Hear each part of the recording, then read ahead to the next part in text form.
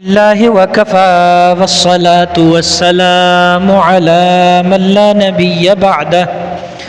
أما بعد فقد قال الله عز وجل في القرآن المجيد والفرقان الحميد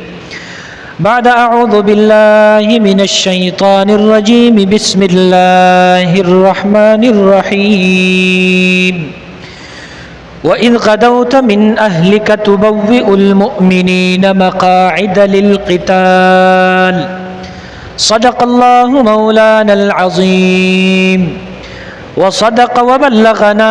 رسوله النبي الأمي الهاشمي المدني الكريم ونحن على ذلك لمن الشاهدين والشاكرين والحمد لله رب العالمين. درود شریف پڑھیے. اللہم صلی علی محمد وعلی آل محمد کما صلیت علی ابراہیم وعلی آل ابراہیم انک حمید مجید. واجب الاحترام قابل عزت تکریم سامعین کرام، پچھلے جمعے یہ عرض کیا تھا کہ اگر زندگی رہی تو اس جمعے کو انشاءاللہ العزیز غزوہ احد پر مختصر روشنی ڈالیں گے. غزوہ احد کا سبب کیا تھا؟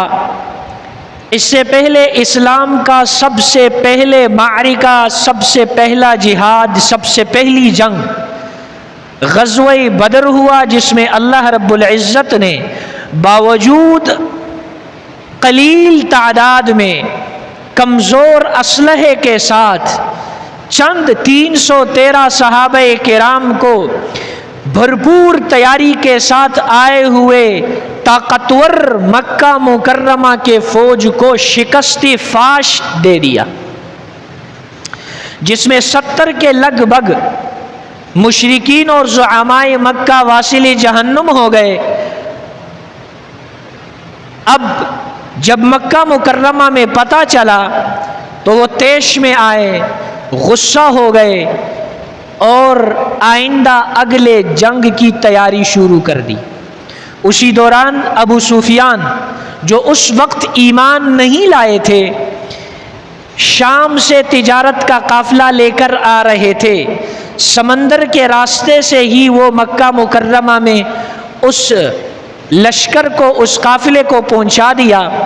مکہ مکرمہ کے لوگوں کو جب پتہ چلا کہ ہمارے بڑے بڑے سردار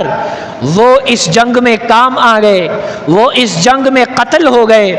وہ غصے سے انہوں نے یہ اعلان کر دیا کہ اس قافلے تجارت میں جتنا منافع ہمیں ملا ہے، ہم اس منافع کو آئندہ مسلمانوں کے خلاف جنگ کے لیے وقف کر رہے ہیں. اس منافع کی تعداد 50,000 دینار تھے، یعنی کروڑوں کی مالیت، بالفاظ دیگر کروڑوں کی مالیت وہ انہوں نے اگلے جنگ کی تیاری کے لیے وقف کر دی. تیاری شروع ہو گئی. اس وقت حضرت عباس رضی اللہ تعالی عنہ جو حضور کے چچا تھے وہ مکہ میں تھے. ایک تیز رفتار گھڑ سوار کو خط میں یہ اطلاع دے دی کہ جا کر محمد عربی کو بتا دے کہ مکہ مکرمہ کے لوگ مدینہ پر چڑھائی کرنے کی تیاری کر رہے ہیں، اور اسے کہا کہ اتنی تیزی سے جانا کہ تم محض 3 دنوں میں مکہ سے مدینہ منورہ پہنچ جاؤ.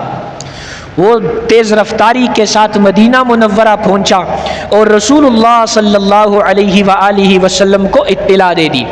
جب آقا کو پتہ چلا، صحابہ کرام، مہاجرین و انصار سب کو جمع کیا،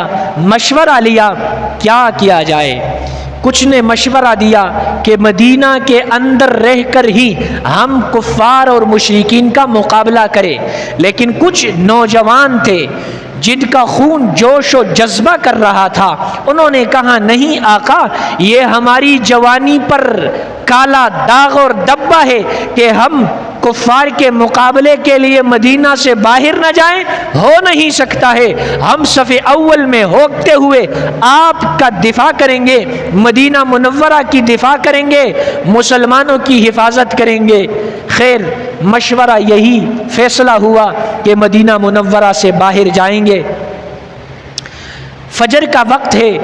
رات کے وقت عصر کے بعد رسول اللہ صلی اللہ علیہ وآلہ وسلم مدینہ منورہ سے نکلے، رات بھر سفر کرتے رہے، فجر کے قریب احد کے مقام پر پڑاؤ ڈالا، فجر کی نماز پڑھی، فجر کی نماز کے بعد صحابہ کرام کو صف آرا کر دیا، لشکر کو منظم کر دیا، لشکر کو ترتیب دے دی، لیکن اس سے پہلے کہ ترتیب دے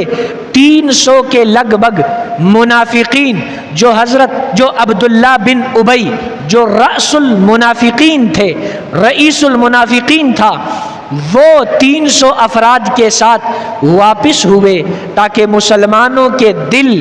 کمزور پڑ جائے، ان کے ارادے ماند پڑ جائے۔ وہ واپس مدینہ منورہ آئے یہ کہہ کر کہ رسول اللہ نے نوجوانوں کی بات مان کر مدینہ منورہ سے باہر لڑائی کرنے کا فیصلہ کر دیا ہے، حالانکہ ہمارا تجربہ یہ ہے کہ مدینہ منورہ پر جب جہاں جس وقت کسی نے حملہ کیا، ہم نے مدینے کے اندر رہ کر ان کا مقابلہ کیا ہے، ہم جیت گئے ہیں، اور اگر ہم مدینہ سے باہر گئے ہیں ہمیں شکست سے دوچار ہونا پڑا۔ یہ کہہ کر وہ واپس آیا، لگ بھگ 700 کے قریب مسلمان تھے، ان مسلمانوں کو رسول اللہ صلی اللہ علیہ وسلم نے یوں ترتیب دے دی کہ سامنے مدینہ منورہ ہے، پیچھے کی جانب احد کا پہاڑ ہے، 50 تیر اندازوں کو آقا نے یہ کہہ کر وہاں تعینات کر دیا کہ کوئی بھی کیسے بھی حالات ہو اس جگہ کو آپ نے چھوڑنا نہیں ہے۔ ادھر سے مشرکین مکہ پہنچ گئے، فجر کے بعد گھمسان کی لڑائی ہوئی، مشرکین مکہ کی تعداد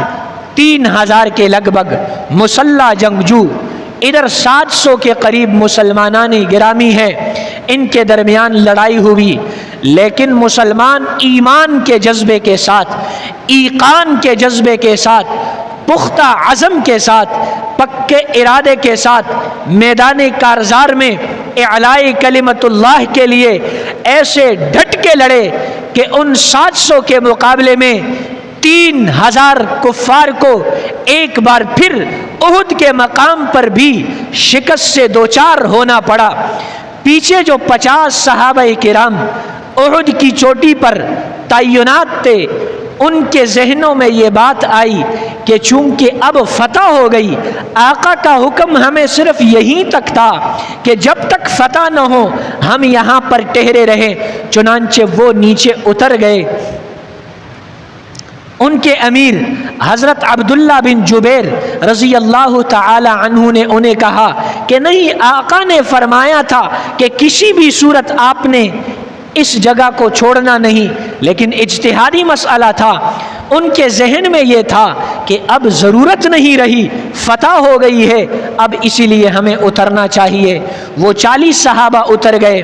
9 صحابہ کرام حضرت عبداللہ بن جبیر رضی اللہ عنہ کے ساتھ اس چوٹی پر رہے۔ اس وقت حضرت خالد بن ولید جو سیف اللہ تھے، ایمان نہیں لائے تھے، وہ جنگ کے نشیب و فراز سے خوب واقف تھے، انہوں نے جب دیکھا چوٹی خالی ہو گئی، احد سے گھوم کے آئے اور اس چوٹی پر دوبارہ آئے، ان 10 صحابہ کرام نے مقابلہ کیا، جام شہادت نوش کر دیا، وہ شہید ہو گئے۔ از سر 9 صحابہ کرام پر کفار مکہ نے حملہ کر دیا اور ایک بار پھر یہ خون ریز مقابلہ ہوا جس میں 70 کے لگ بھگ بڑے بڑے صحابہ کرام شہید ہو گئے۔ اب اسی افراتفری میں یہ آواز اٹھائی گئی کہ رسول اللہ صلی اللہ علیہ وآلہ وسلم بھی شہید ہو گئے۔ یہ میں نے مختصر غزوہ احد کا روداد اس بات کو سمجھانے کے لیے پیش کر دیا ہے۔